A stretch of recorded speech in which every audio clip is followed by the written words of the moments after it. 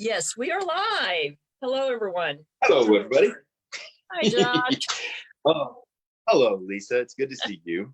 Good seeing you on a wintry spring day. Oh, it is. It is such a truly beautiful, lovely winter we're having this spring day. Yes. I think we had snow not far from me. I drove over to Galena this morning, and partway there, all of a sudden the rain that was hitting the windshield was slushy. Ew. That's not good. Yeah. No. So I'm like, wow, it's February. Hello. Good thing to, at least we waited until, I guess this is officially Blackberry Winter. The blackberry blossoms are blooming in the Ozarks. It feels like winter, and we are past Beltane, so very festive post Beltane. Very, very true. Very true. And Mother Nature's just keeping it interesting. Yes, absolutely. And speaking of interesting, we threw out a couple of topics that to bookend today that are a little maybe unusual to put together, but absolutely. What is it? UFOs and the Civil War? Not necessarily at the same time. Well, if we could if we could figure out, if we found one of those stories, that would be a story. Oh, it would. It would. We'll get our thinking cap on for that one. And we appreciate everyone tuning in, and yes, we do. And we do invite comments, questions as we go along. Anyone that has topics they want explored, please let us know. And I had someone contact us today with one that's real interesting. We're going to see what we can do, and we'll go from there. But I guess should we start with the UFOs or the Civil War? Oh, so undecided. Let's mix it up. Let's start with UFOs. Okay. Well, ironically, of course, most people will signal the beginning of the UFO phenomena with Roswell. Yes. But there is a potential first that came before, and that came right here in the Ozarks in Cape Girardeau in 1940. Yes. Not everyone is in agreement on what happened. And that is very common for UFO experience across the board. And especially when you think of it as far as modern sightings, it would be pretty much the first, other than the cigar-shaped airship phenomena of the 1890s, which is more, seemed to be like dirigibles or whatever. But in 1941, in Cape Girardeau, Missouri, the story goes that a craft crashed in a field not far from the airport. It was supposedly shaped like a saucer, metallic, no markings, and no seams. But in the crash, part of it had broken open, and there were 3 ETs. And they were described as between 4 and 5 feet tall, large heads, large eyes, small nose, small ears, long limbs, pretty much what we are familiar with as a gray today. Yes. And it really did not get traction as a story until the 1980s. Basically, what happened is supposedly the sheriff calls a Reverend Huffman from one of the local Baptist churches to come out and say last prayers for victims at a crash. And the story is related by his granddaughter. and Charlotte Mann. And she says that, her grandfather's going out expecting a car wreck or something, and they find this instead. And the police are there, the fire department's there, and before long, military personnel show up. And there are 3 bodies. 2 of them appear to be dead. One appears to still be alive. He says prayers over the survivor, that it's kind of left that they think that the 3rd one died ultimately. And that he's taken off to the side, as were other people who were there, by military personnel that said, this is a matter of national security. We have there's war in Europe. You didn't see anything. You don't talk about this. And basically that's what happened. There was supposedly a photograph taken by a local photographer that was there, Garland Fonnebarger, of 2 of the men holding one of the bodies. And there were 2 copies that supposedly of the photo, but they have been misplaced or lost since then. And then the sheriff's brother, actually, he signed a notarized statement later saying that his brother had relayed this to him too before he died. So, that's kind of where we're at. And then it ended up being investigated further by a fairly early researcher, Leonard Stringfield, who also happened to be a contractor consultant at Wright-Patterson Air Force Base, where generally the UFO lore is generally that wreckage is taken there. And basically, the conclusion is it sounds like something happened, definitely. And there was nothing to really question the people's veracity involved, and none of them tried to profit off of it or get celebrity out of it. So if that's the case, then that predates Roswell by 6 years. Yes, it does. Later, there are actually some versions of the story that before the wreckage was taken, that Senator Truman actually came to the site. I don't know that makes much sense unless he was actually in Missouri at the time, but that he viewed the wreckage personally. I bet if that is the case, I bet Truman had something interesting to say about it. I'm sure he did.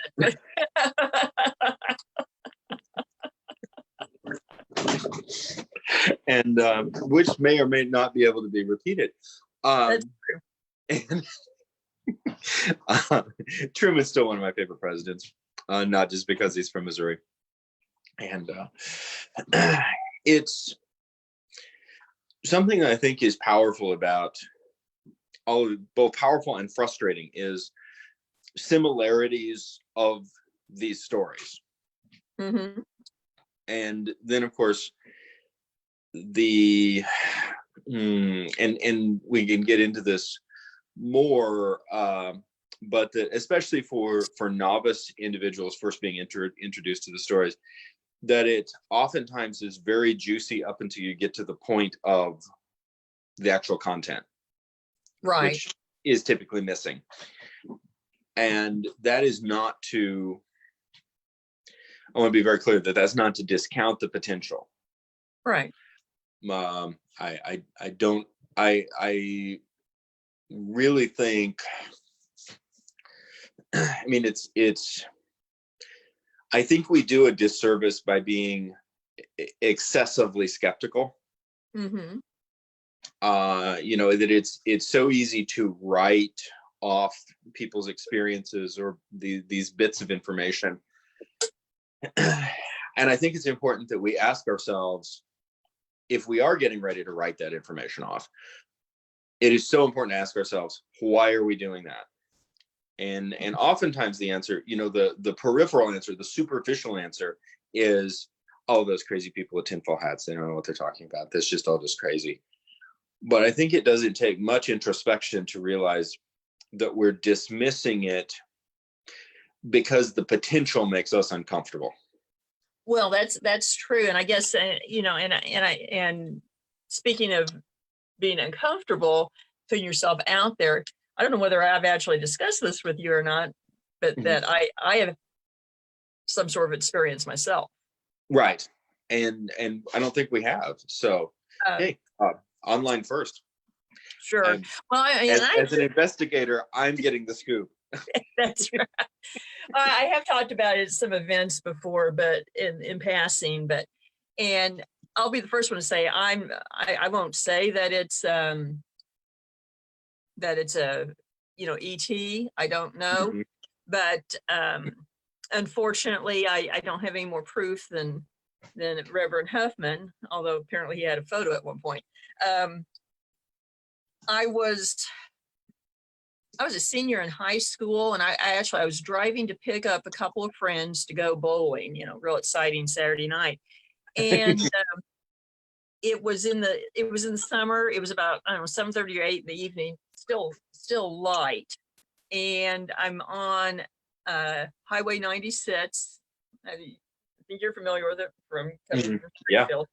But closer to the Kansas line, and heading out to pick them up. And I was heading east, and as I'm driving, I see something low above the horizon and coming at me. And at first I figured it was a helicopter. And as it approaches, I realize, it's not a helicopter. I roll my window down. There's no noise. And as it gets closer, and I was having that, you've got to be kidding me, this is what I'm seeing moment, because it stopped and kind of hovered over the road, maybe 500 yards ahead of me. And it was wide enough that it was as wide or slightly wider than the roadbed. Yeah. Standard roadbed's 26 feet. So that gives you an idea. And it was a basic saucer shape. It was like two inverted saucers. And then in the center, there was a flat band. And actually two of these flat bands. And one rotated one way and one rotated the other. And there were lights on it off of that band, but no marker lights like a helicopter or plane. And so I'm still, this has got to be some sort of government, project of something. But there's no engine noise, there's no exhaust, nothing like that. And then actually a light did come out of the bottom and shone down on the roadbed. I'm like, oh great, I'm out here by myself in the middle of nowhere. And it just sat there for maybe 45 seconds and then took off at a 45-degree angle and literally was out of sight in a fraction of a second. Yeah. And that's the only thing that makes me think, well, I've still seen nothing close to that kind of maneuverability. But yes.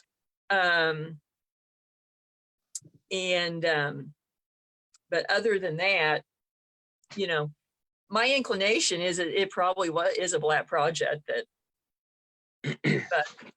I don't know. Yeah. And I think the unknown aspect of that is part of the allure. And I've not had any experiences anywhere near like that. Yeah. My mom and my niece had an experience with seeing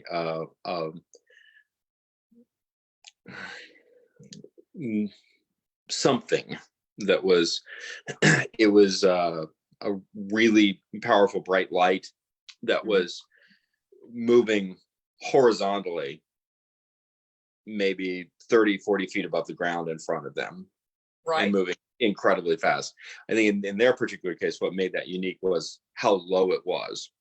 Right. It's, it would be one thing if it's like, wow, way off there, not sure. But in this case, it was something and it happened so instantaneously. And then they both looked at each other and was like, did we both see that? That was, and so, there's that. What I have had the opportunity to do is go to the UFO conference in Eureka Springs. three times now. Big shout out to the UFO conference, and it's incredibly interesting. Of course, I'm always up for an opportunity to go hang out in Eureka Springs anyway, just because it is such an exceptionally beautiful, eccentric place. Mm-hmm. And so I got to go down there and have gotten, regular invitations to cover the event as a journalist, and gotten to talk to people and really tried to parse out the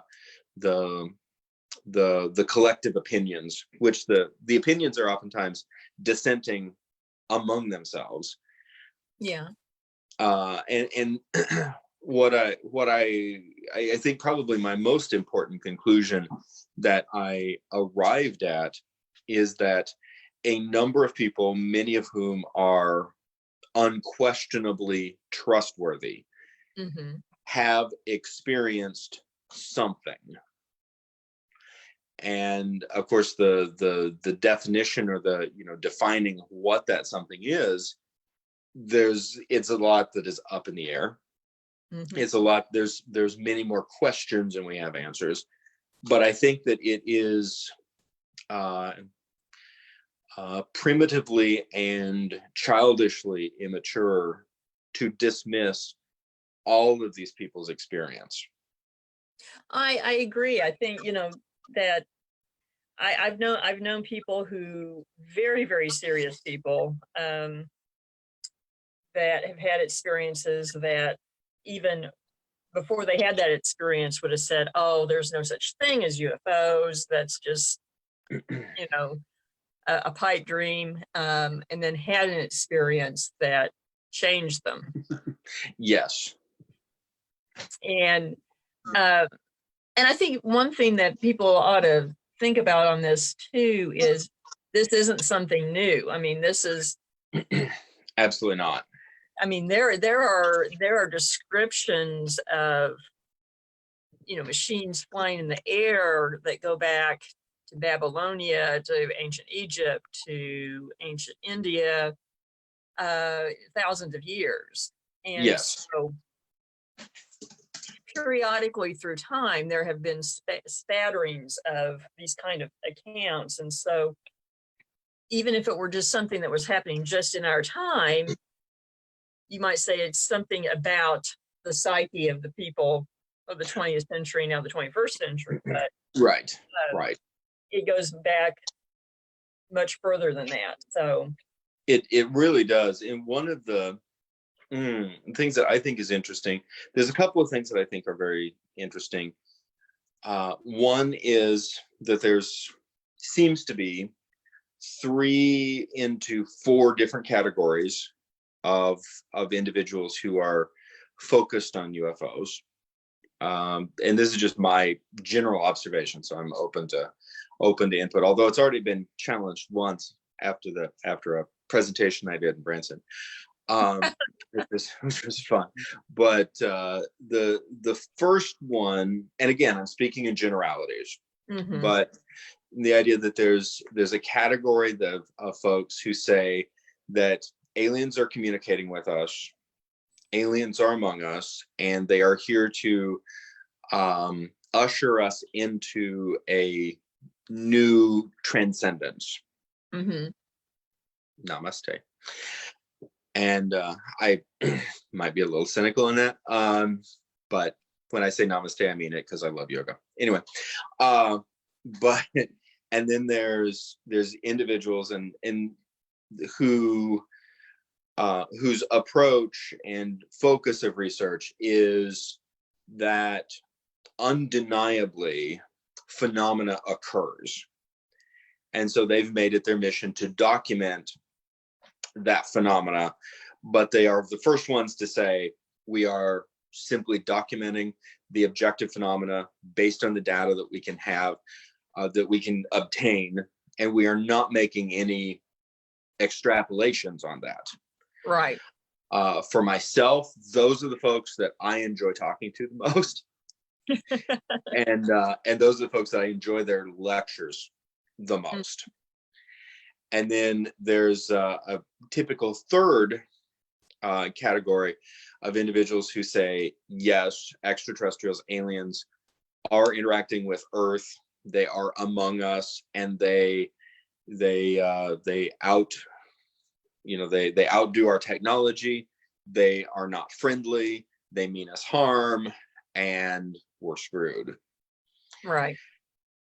And I presented that at a lecture, and this individual raised her hand and said, well, you've forgotten about the fourth category. And I'm like, okay.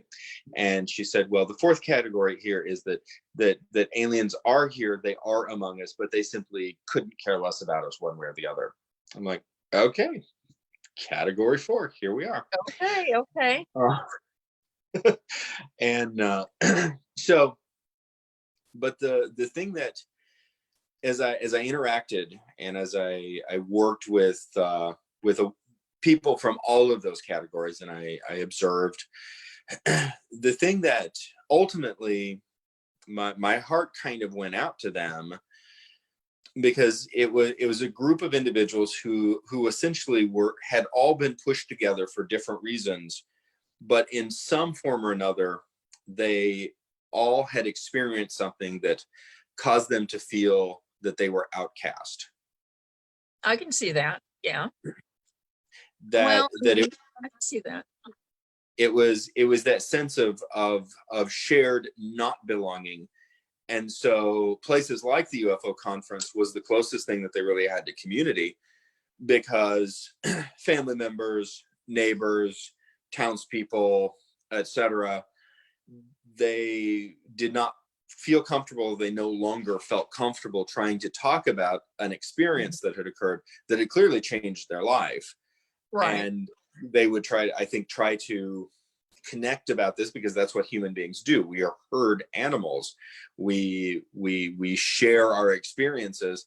And so many of these people had an experience that, rather than being able to come together with family and friends and say, I had this shared experience, I can then go through catharsis about it. Their shared experience, they would get stonewalled. They would get a sense of, wow, you're one of those. And so conferences like this were so important, because that's one of the few places that they could go and be like, wow, this is my experience. And the person across the table would be like, oh, wow, this is my experience. And it was beautiful, but it was also a sad commentary on our society as a whole. Well, and it reminds me a bit of, coming from the angle of doing paranormal research, that it used to be a lot like that for people who had paranormal experiences. Mm-hmm. And, I'll be the first one to say that the reality shows focusing on the paranormal in the last 15 years have been a mixed bag for the field. There's some good and there's some bad that came out of that. But one of the good things is, for the public, it kind of took that taboo edge off. It did.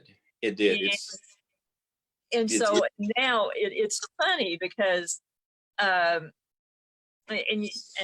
you know me, I'm often wearing a team t-shirt or something when I'm out, and I can't tell you how many times I and other team members have been stopped at a gas station, a grocery store, restaurant, just for can I tell you something that happened to me?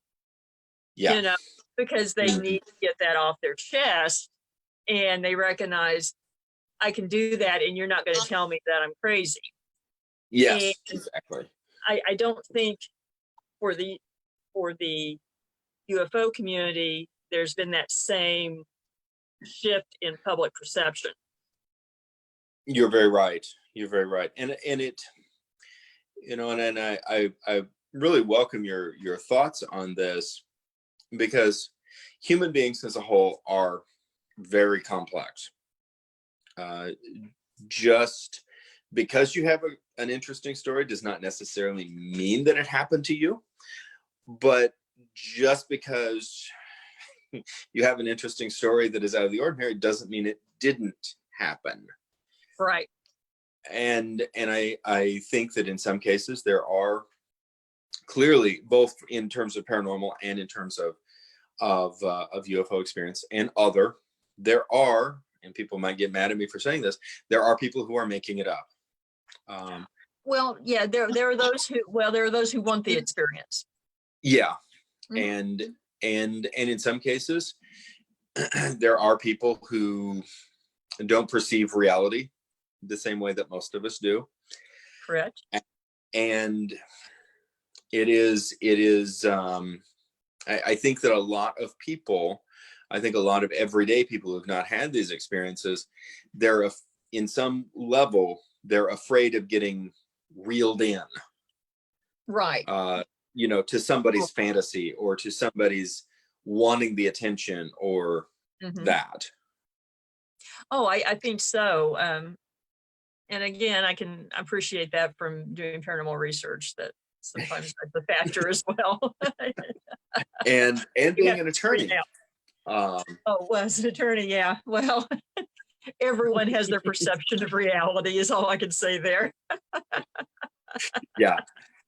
And and I think it's one of the things that to me is very encouraging about what we're potentially bringing to the table. Not to toot our own horns too much, but my day job is objective journalist. Your day job is attorney. We are not in it for the glory, and I think within the framework that is established by society, neither one of us are confirmably crazy. So probably not on most days anyway. Yeah. although my general whether or not I'm crazy might be up for grabs after the video that we did on Friday, but the thing, and I really, and I think that we share some of this as well, partly because our backgrounds, partly because of our ancestry. I root for the underdog almost exclusively. I appreciate and love the things that do not fit into nice, neat little boxes of structural society. And my heart really, will go back to my experience at the UFO conference, my heart really went out to so many of these people who had essentially become emotional outcasts in many cases because of an experience they had no control over. Right. And often not while some may be looking for the experience, often, it's just sort of the wrong place, the wrong moment type thing. And, now I'm dealing with this, and just, I think in perspective, just think of the number of people who spend years in therapy just over, I don't want to say ordinary things, but just more everyday life, that things that happen to people that will cause them to be in therapy for years. And then you give someone an experience that doesn't fit any usual description of normal or reality, and say, okay, now deal with that. And by the way, no one wants to talk to you about it, So yeah, it's a very hard situation for a lot of people to be in. Mm-hmm. I really, the more I talk to people, the more I really began just going, as an objective journalist, it's not my, and this is where, we really began to develop, with the people I was interviewing, developing some really positive conversations, because I'm like, it's not my job to judge this. Well, that's right. It's my job to record, and it's my job to present. It's not my job to make a judgment call on what someone says they did or did not experience. Exactly. And that's often the situation I find in where I'm at my day job as well, is that, I may be advocating for someone, but the long and short of it is I'm not necessarily making a judgment call on on them, or maybe the other side even, it's Mhm. a matter of presenting information and being able to do that in a constructive, logical way, hopefully. And it's the same. Yes. One thing that I've kind of noticed with a lot of the UFO reports that come out of our area, out of the Ozarks, I'm not really aware of too many that are, contact of the third kind, actual contact with beings, Yes. or even grounded craft. The Cape Girardeau case is more unusual because it involved a supposed crash. Yes, very much so. Most of them do involve, sightings of something in the sky. And Mhm. there's tremendously more in Missouri than Arkansas or the states around, really. Illinois has quite a few as well. But I think a lot of that has to do with the fact that there's a number of Air Force bases in Missouri and Illinois. Yes. And there are always clusters of reports along flight patterns that are typical from those bases. So, Yes. I think a certain number you have to look at. Well, it's misidentification, obviously, but Mhm. but as far as I know, and if anyone knows of any situations that out there, let us know. I really don't know of Yes. too many in the Ozarks that are, that has that up close experience, like a craft on the I know ground. it. There's well, and a big shout out to Jay Kaiser. I know Jay personally. He has had some interesting experiences Mhm. that I as we move forward, I'd love to visit with him about. Sure. One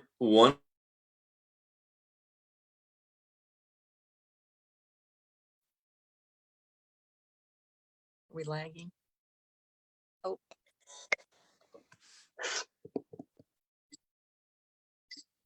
and you're back. I'm back. The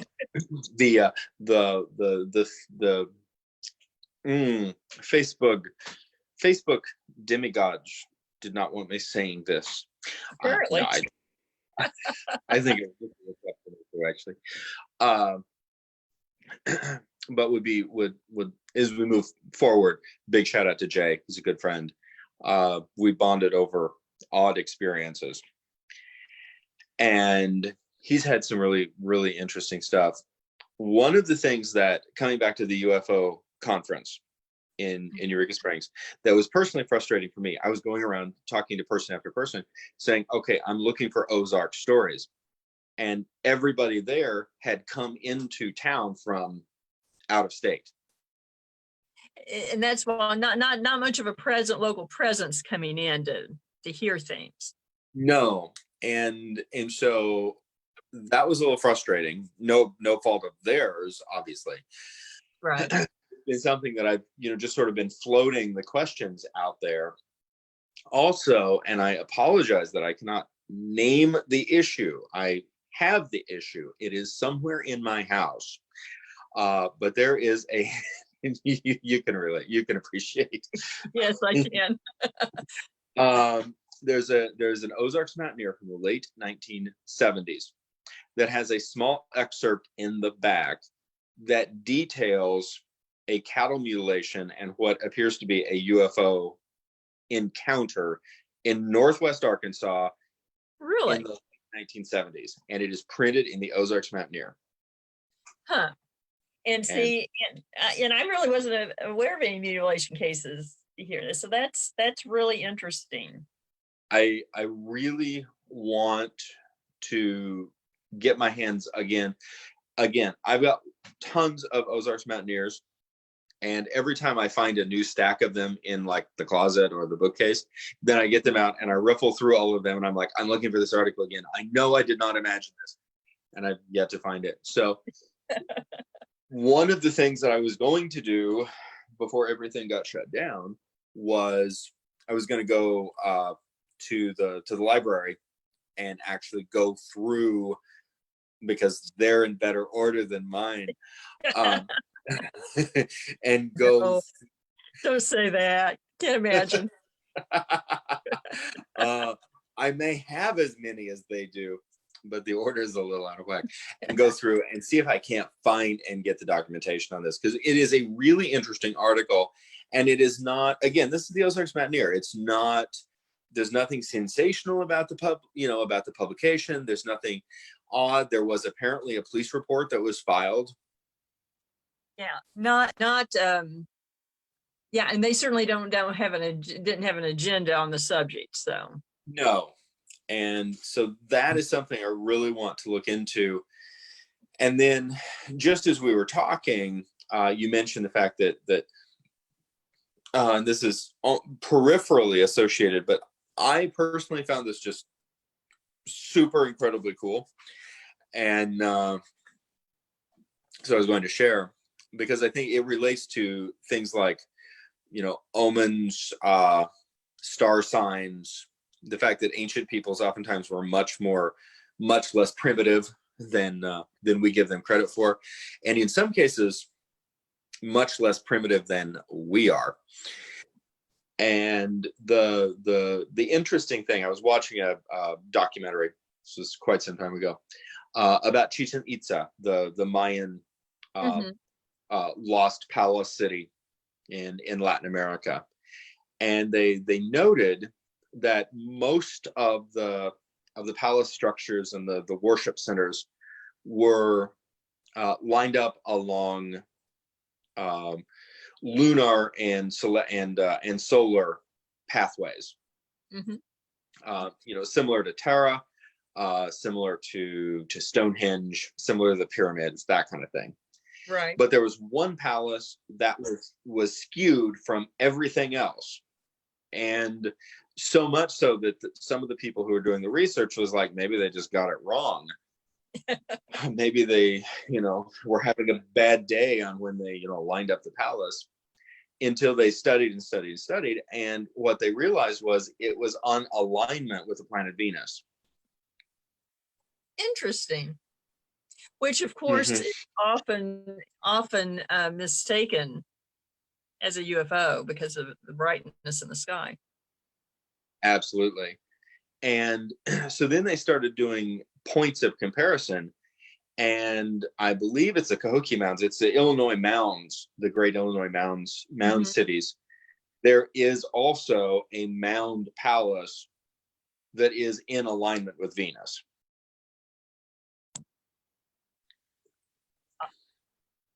There we go. So that's cool. The fact that we have two ancient America's cultures, thousands of miles, very, very far apart from Guatemala, southern Mexico to Illinois, and their structuring, it becomes clear that they have a similar structural viewpoint of the celestial world. Interesting. Well, of course, I have seen some research that they are beginning to think that some of the Central and South American tribes actually moved north into what is now the United States, and then went back south. So, there may have been connection between them at some point. Yes. Yeah. And that, for the question of the Ozarks tie-in, first of all, the Cahokia Mounds, the ancient mound builders, were right on the border of the Ozarks, first of all. And second of all, it is at least somewhat suggestive that the Caddo tribe in Arkansas in the Ozarks was also related to the mound builders.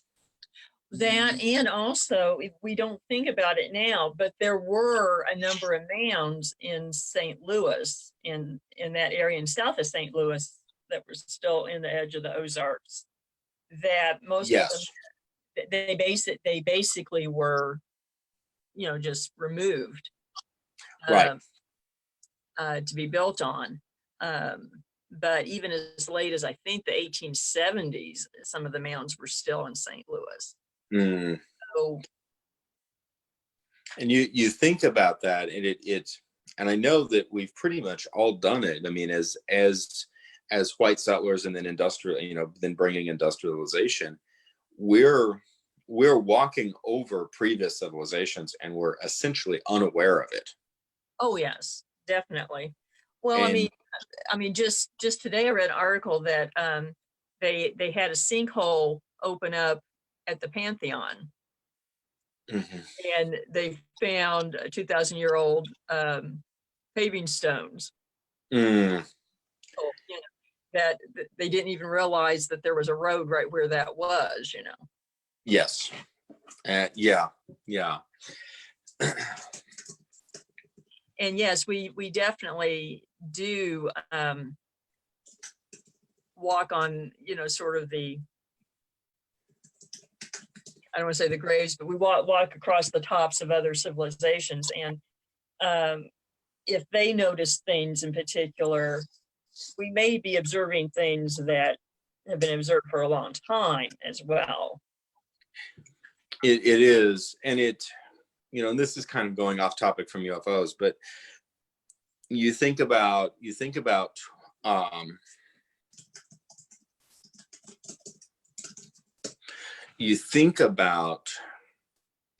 our, what you and I are doing right now, and what we're all doing. We're all striving so much and putting so much heart and soul and emotion into creating things and doing things and going about our lives to accomplish certain endeavors. And the idea that there were whole civilizations of individuals right here that we know almost nothing about, that their era passed and then have been forgotten and then built over. To me, it's almost heartbreaking, really. Well, it always is to me too. I always think of, what have we missed, and what are we missing out on knowing? Yes. That, the wonders of the ancient world that we know of, that are so beautiful, so fascinating, just a drop in the bucket of what has been on the, before us. And it is. But, It's an introspective rabbit hole. I've been doing rabbit holes a lot lately.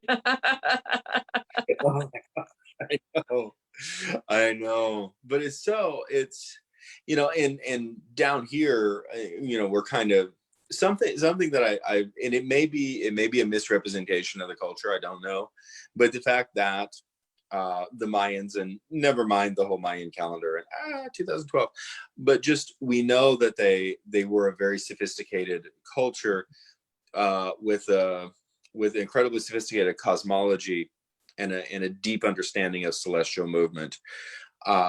We know that there are many North American native, indigenous peoples who had that knowledge as well. Mm-hmm. And there's something that I've always tended to think about, is this idea that our the Native American forebears in here, which is also similar to the Celts, had a deep understanding of the stars. Yes. Well, it often dictated life and death, understanding signs, and being able to track seasons and so forth. So we gloss over a lot of things that they paid a lot of attention to. And so there's no telling. I mean, and there's a lot of Native American cultures that are pretty candid about, ancestor stories about encounters with star people, etc., that it's taken just as part of the culture, and hasn't developed the stigma that it has in mass society of oh, that happened to you, there's something wrong with you. Yes. Yeah. And I think, it would be an interesting, we develop terminology based on how our society interacts with things. Right. You take the term ET, extraterrestrial. This is something outside of, it is beyond, it is unknown, it is, and it reminds me of even just an interview, and we're jumping from UFOs to cryptids. By the way, I keep thinking, I wrote this down and I thought we might talk about it. Aliens, cryptids, ghosts. Oh my. But a Northwest First Nation woman, elderly woman, talking about cryptids. Mm-hmm.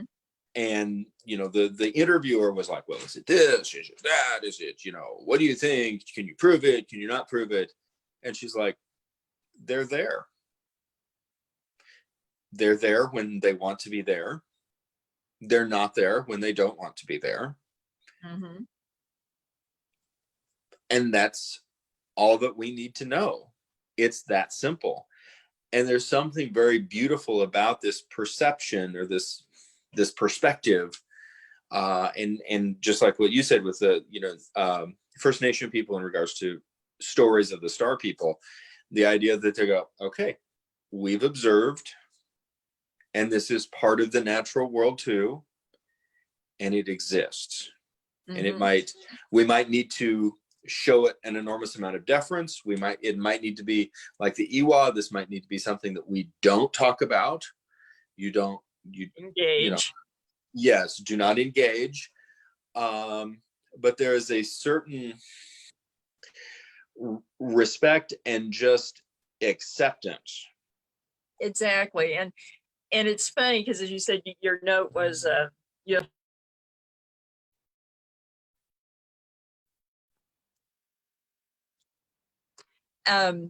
and it, basically this is very much what I often say in events about the paranormal.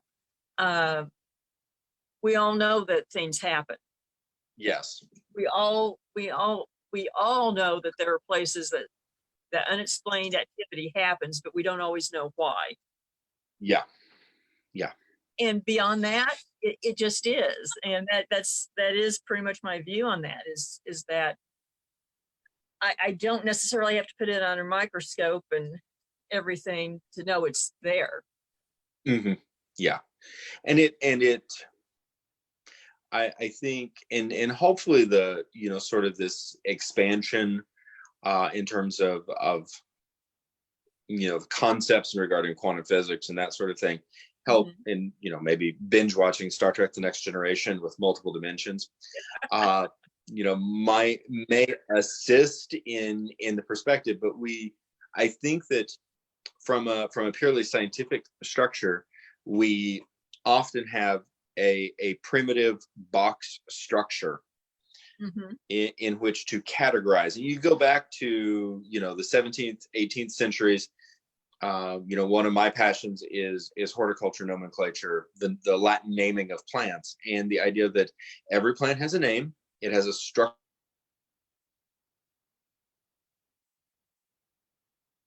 It's lagging again. Are you back? I'm back. I am back. Facebook gods are toying with you. They don't like me tonight. That these plants have a basic structure. Everything fits into its box, and it either fits in the box or it doesn't exist. That concept, and certainly using this sort of rigid box structure has gotten science a long way. It's done a lot for medicine. It's done a lot for industry. But at the same time, it is self-limiting. Mm-hmm. And in certain regards, it is. And I think that there's an importance of being willing to step beyond to say, this is amazing. This linear box structure is amazing to a point, but we need to not be dismissive when it is important to step beyond that point. No, I agree. I mean, it's a balancing act, because you want to have some rigor, in assessing things, so that you do have some semblance of what is objective and real. Yes. But there are certain subjects that, at least at this point in time, don't fit into boxes. Yeah. And I think, being able to bring that rigor, to bring an objectivity to a subject, but then also a certain amount of respect and delicacy of saying, at this point, we're willing to take our hands off the wheel. We're, step away from, this is what we believe, and say, we honestly don't know. And interestingly enough, that's where we realize that there are no easy answers. Exactly. In so many things, as we are finding. That might be a good jumping off point then to go to the other topic. Absolutely. We spent a lot of time talking about UFOs. I didn't realize that we were going to have so much fun on that. Okay, the Civil War. We've had several people request, they like when we talk about that period and events. And so let's just go at it now. You mentioned earlier, before we went live, mentioned, let's talk about Newtonia a little bit. Yes, and just as a little bit of a primer, there were a handful of really, really major battles fought in the Ozarks. There were a number of comparatively small battles fought in the Ozarks, and then there was countless guerrilla skirmishes that raged throughout the Ozarks, many of which probably will never even be in a history book. And no, or if it is mentioned, we don't necessarily know exactly. I mean, that's still puzzle pieces that are still being put together on some of, this account. Where exactly did it happen? Some we know, some we don't. Yeah. Newtonia, we do. So complex.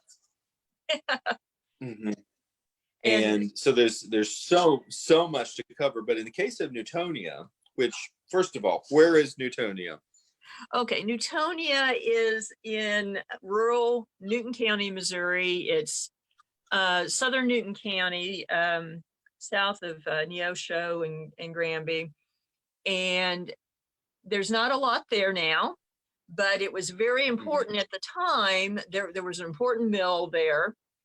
And it was also on the road to Granby. And Granby was very important because it had lead mines and actually produced the majority of the lead for the Confederate Army west of the Mississippi. And so very, very crucial. Very crucial. Now, there is a mansion house. It's considered a mansion. Maybe it wouldn't be back east, but size-wise, but the Ritchie Mansion.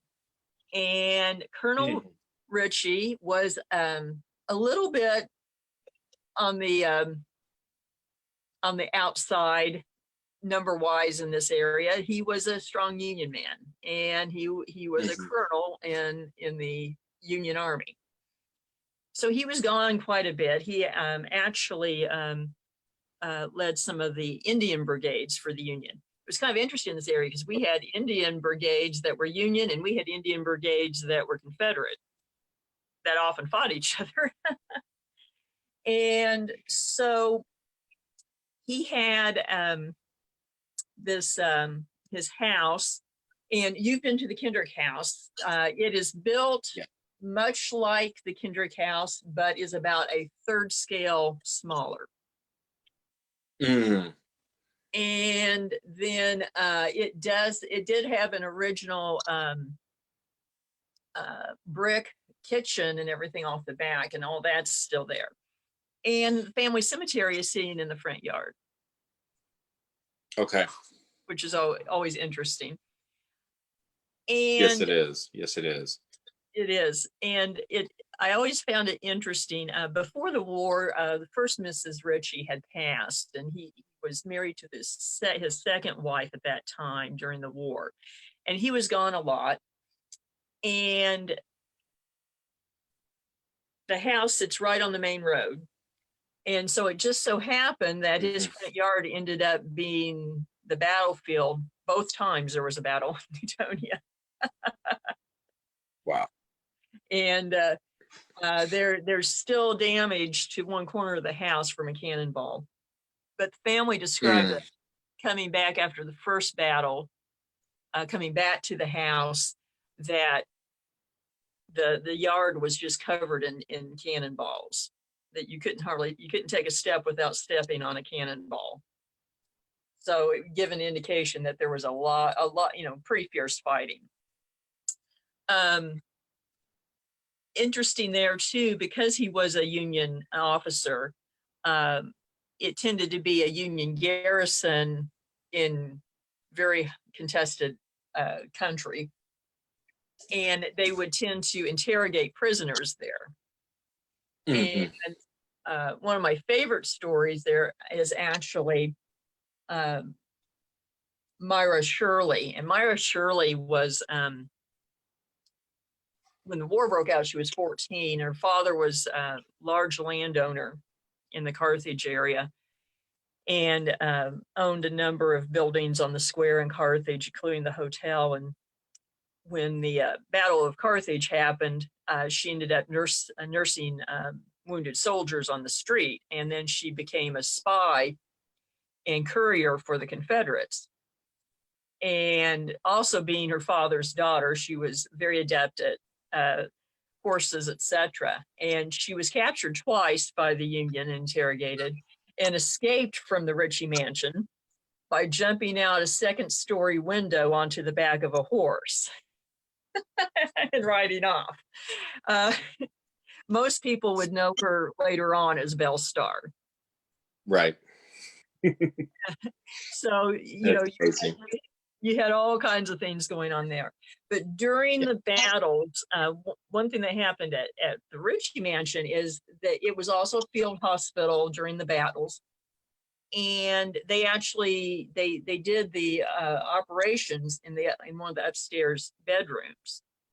And it's called the Black Room now because they never could get the blood stains out of the floor, so they painted it black.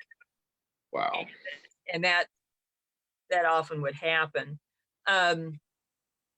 One of my favorites, there's several out of there. One of my favorite stories about the Ritchie Mansion actually comes from law enforcement. I'd say it was probably 10 years ago now, but a drug task force was assembling to go make a raid somewhere.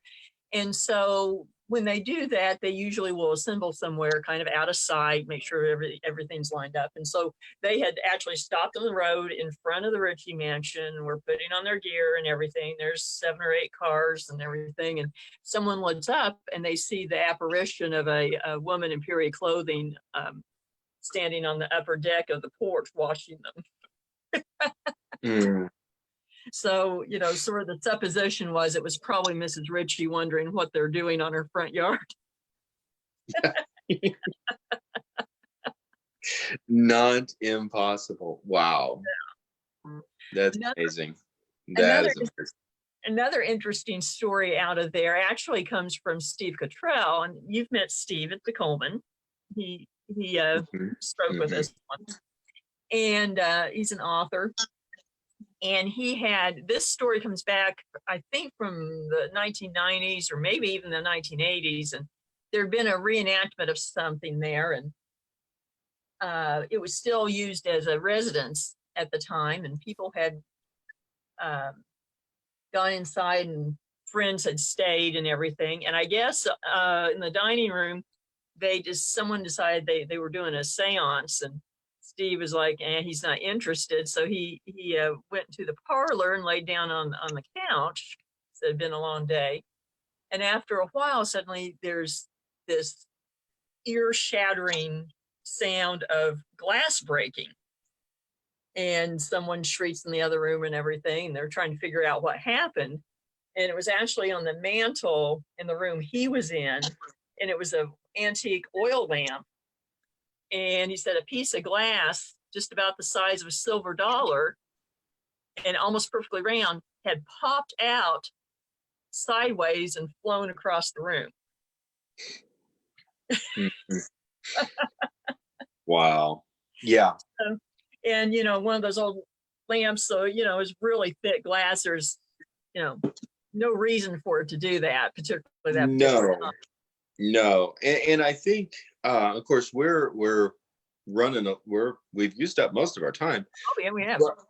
But I'm just looking here for just a moment. One of the things that I have found really, really interesting, and if listeners, readers, viewers have an experience on this, please, if you're willing to share, message us through Dark Ozarks, because I would be very interested in it. But spontaneously breaking glass has a lot of omens attached to it. It's, and including it as a death omen. Yes. And as far as I know, no, there were no associated deaths or anything. And I know Steve has just told me that just his feeling on it was that someone just really didn't appreciate that that someone was doing a seance in the house. And I think that's fair, and I think it's potentially a really interesting perspective. The idea that, and it is, and again, I think this comes back to the fact that when you move into these spaces, it's very crucial that you tread respectfully. Yes. You are especially in some of these historic homes, if whether you want to call it an energy echo or resonance or physically a soul that is residing, that has loved this place and is now residing here, whatever, or maybe a combination of all three, I don't know, but the reality is that when you step into these spaces, you're in their home. Yes. And actually that segues really, really well into experience I had there. Yes. A few years ago, I was writing one of my books. I was invited there to go through and take pictures. And my son Alex was with me taking pictures. And they had some reenactors there, and they primarily were dressed as state militia, which were Confederate. And so a guide is taking us through, and we're in the dining room, and we hadn't been in the house maybe 3 minutes, and I have an audio recorder running just to record everything that's being said for my notes. And playing it back, there's a very clear woman's voice that says, "Get out of my house." And I thought, was she talking about me or what? And my gut instinct was she was talking probably about the reenactor who was in Confederate costume. And that would make sense. That would have made perfect sense. And it also goes along with, law enforcement seeing the apparition of the woman and so forth. I think Mrs. Ritchie is still a very strong presence there. Yes. And I think that makes sense. And it's, there is nothing wrong with when in any aspect of this, whether it's research or investigation, there is nothing there. You cannot err on the side of moving into a space respectfully. Exactly. And to be perfectly honest, for anyone that's just casually interested or interested in investigating, I have by far found over the years that I've gotten a lot better results and a lot more evidence by being courteous and polite than not. Yes. Yeah. And it's, and it's not research like this. And this is also a little bit like you all touched on this with the podcast that you shared with me earlier. But the the cool factor, the thrill factor, that is not, I don't feel like is a particularly healthy approach No. to doing research like this. We're dealing with individuals' lives, we're dealing with their past, we're dealing with their history, we're dealing with historic, in some cases, almost sacred ground. In other cases, we are dealing with sacred ground, and it is important to move within the space with awareness, with respect, with humility, and in some cases, being willing to take the information that you get when, for example, that somebody says, okay, I don't want you here, being like, okay, we get it. Mm-hmm. And I have left places when that's been clear, Yeah. And I just think you have to do that. And it goes back to what we were saying Friday night about all of the kinds of stories that we're covering with Dark Ozarks. Yes. You have to look at them on their own terms. Yes, you do. Yes, you do. We cannot barge in with our own preconceptions. Right. And usually it's not a very one-dimensional story, or it's not a very interesting story. Yeah. Yeah. It's very, very true. So we're going to be back on Instagram at 7:00. Is that right? On Wednesday. Right. On Wednesday. Awesome. And then we'll be back here on Friday at Yes. 7:00. Yes. So follow us on Instagram. Anyone who has questions, send them through. Like us. If you haven't liked us on Facebook, please do. On Instagram. And if you're on Twitter, we're on Twitter as well. Because your voice counts in ultimately the kind of stories that we're going to end up telling. Yes, it does. So thank you guys. Y'all are awesome. Yes, you are. Bye, Josh. Bye, Lisa. Night, y'all. Bye.